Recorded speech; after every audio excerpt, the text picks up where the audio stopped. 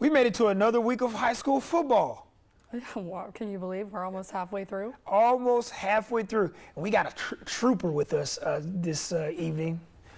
My teammate Cam Derr. Battling a little voice going away from him a little bit. He's a good old North Alabama allergies. Yeah, I'm getting used to it. I'm getting used to it. We'll see. Hopefully I don't sound too bad. Yeah, no, she's listen, fight through. That's a real true teammate there. Welcome to our 48 Blitz Digital Show. I'm Carl Prather alongside the aforementioned Cam Derr. And Cam, it's really hard to believe, you mentioned it, we're going into week 3. Literally just 2 weeks away from the midpoint of the high school football season. Obviously, your first year here. Just give us just your early impressions of the high school football season from your standpoint with so many games of the week that you've attended.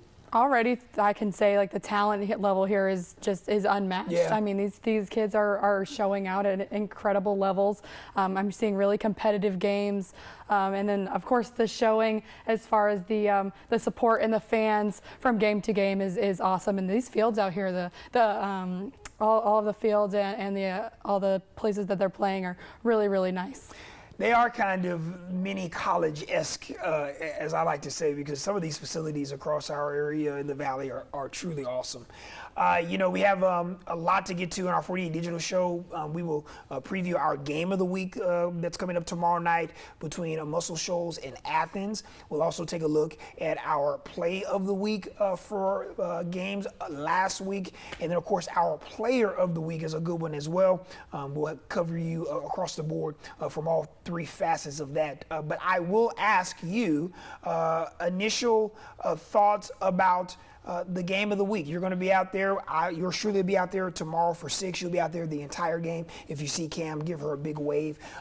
Athens and Muscle Shoals, 2 amazing communities. Should be an amazing packed house. This will be your first time going to Muscle Shoals. I think for all of those that know our area, that's a pretty nice spot. You will literally think that's a university when you go out to that facility. But just impressions of what you think about this game. Yeah, just from some of the things like looking into these guys. I mean, they're both coming in undefeated in region play, so they're both going to want to keep that record unblemished, obviously. Yeah. And so I think that's going to make for 4 quarters of hard-fought football. And of course, you never know come playoff time who's going to be topping out at the top of that list, possibly still undefeated at the end of the Region 7. Absolutely. That's the thing, you know, for those new to our area and for those familiar with high school football, with all of our classifications, your top 2 seeds receive home games. The first and second teams that finish respectively atop the standings, 3 and 4 have to travel to face another region on the road as the 3 and respective 4 seeds. So this game, even though it's early, has a ton of implications for each respective team en route to potentially becoming that 1 or 2 seed within the region between Athens and Muscle Shoals. I will say that we had an opportunity, and our cameras had the opportunity to go out to visit both respective programs, especially Athens on the road. They've had a player of the week for us in Broken Gross. Cody Gross, his father, is the head coach. Jayshawn Ridgel has been fantastic as well. But I will say to you, one potential key, in your opinion, for each one of these respective teams to be successful tomorrow night. Well, I think we have one of the best offenses going against one of the best defenses. So obviously you got to put points up on the board. So I think the key for Muscle Shoals is going to be outscoring Athens and obviously keeping them from scoring. Yeah. And that's going to be the tough test there. Right. I would like to kind of go back and do a little revisionist history with you, young lady. Your thoughts on just the first couple of games of the week. You had a really good one. That was an amazing atmosphere last week in the Madison Bowl between Bob Jones and James Clemens. I guess outside of the X's and O's, how cool has it been to kind of see these atmospheres, right? We've been to a lot of, I think really, maybe week 0, 1, 2. I think in the first 3 weeks, they've all been rivalry games of some sort, I believe. My memory may serve me correctly, but just from last week alone for you, what was the Madison Bowl like for you? Yeah, the Madison Bowl was incredible. I mean, you kind of prepped me a little bit and told me how insane the atmosphere was going to be at the Madison Bowl, and I don't think that I even really could fathom it once it really got to it. I think it was really cool to see both student sections on either end zone cheering for their teams, and the baby powder thing. I think I left there smelling like baby powder for like the next week. But that was just super awesome to see. I was a Southern girl, grew up in the South, so high school football was big for me, but I think it's even bigger here, but having moved from Minnesota where it's not as big of a thing on Friday nights, it's really comforting again to see the support from the community and how much of a turnout it is and how loud it is on game days. I mean, credit to those guys for staying in the game. Yeah, for sure, and rightfully so when you have really good product on the football field.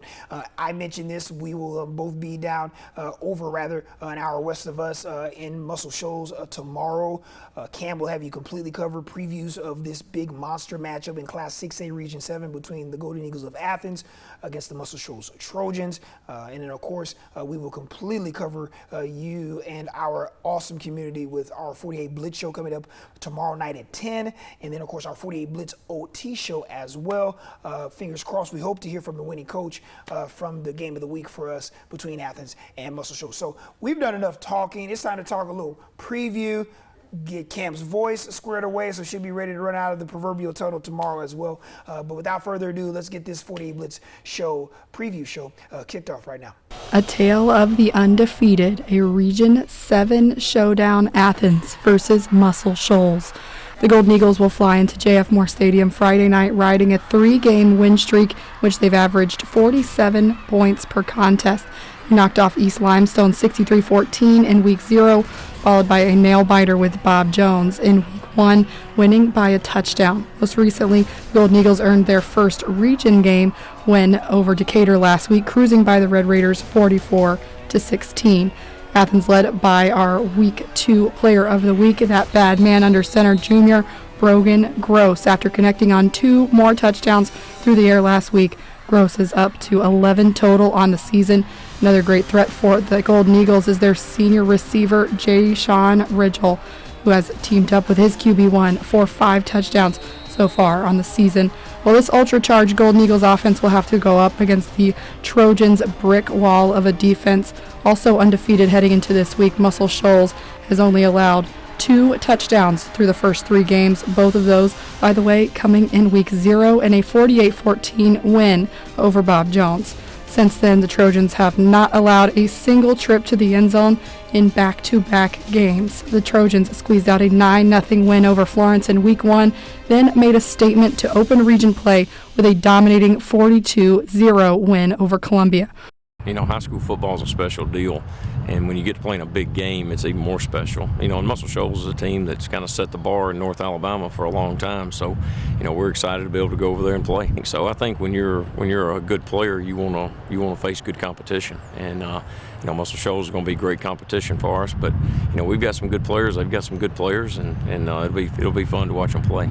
You know, they come in every day and they work their rear ends off, and they know the expectations not only for themselves but as a coaching staff and as a community, and the standard that we want to play to, and how the programs run. 2 other teams come into their second week of region play perfect on the season. That's Elkmont versus Lauderdale County. The Red Devils are off to their best start in over a decade. 2 of Class 3A's top 10 offenses square off tomorrow night at Grisham Stadium. Well, 2 teams that are hungry for their first Region 7 win, Coleman and Decatur, hoping to solidify an early spot in the playoffs. Bearcats looking to find a spark in their offense after it's been trending down after the last 2 weeks at nearly the halfway point in the season makes this one a must-win for either team. Now, this might be the most difficult decision of our week, which is exactly why we leave the choice up to you, and that's our play of the week. By popular demand, this week's winner is Scottsboro running back Antonio Brox for this breakaway touchdown, one of many in the Wildcats' win over Boaz.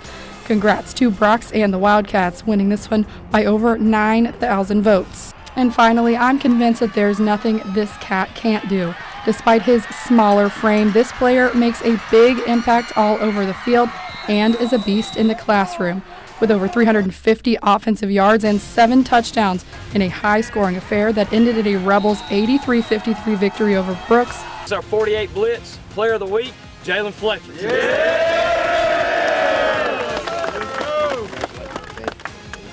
we had a lot of adversity Friday, and I know how to step up being a leader and just encourage everybody to just keep on going, stay motivated and all that kind of stuff.